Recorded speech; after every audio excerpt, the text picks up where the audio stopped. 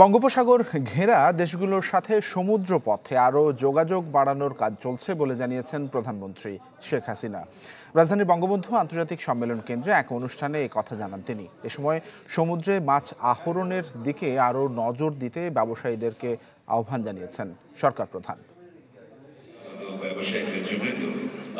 রাজধানীতে শুরু হলো 2 দিনব্যাপী আন্তর্জাতিক অ্যাকোয়াকালচার অ্যান্ড সি ফুড প্রদর্শনী।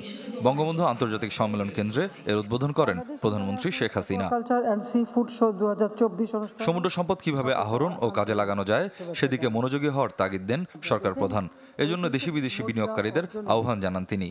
বিনিয়োগের ক্ষেত্রে আমরা অনেক বেশি সুবিধা দিয়ে থাকি, সেখানে যে কেউ বিনিয়োগ করতে পারেন, তার যে লভ্যাংশ খুব সহজে তারা সেটা নিয়ে যেতে পারেন এবং ব্যাংকের লেনদেনটাও আমরা অনেক সহজ করে দিয়েছি।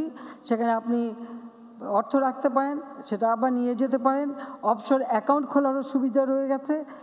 শেখ হাসিনা জানান, কক্সবাজারকে পর্যটকদের জন্য আরও আকর্ষণীয় করতে কাজ করছে সরকার।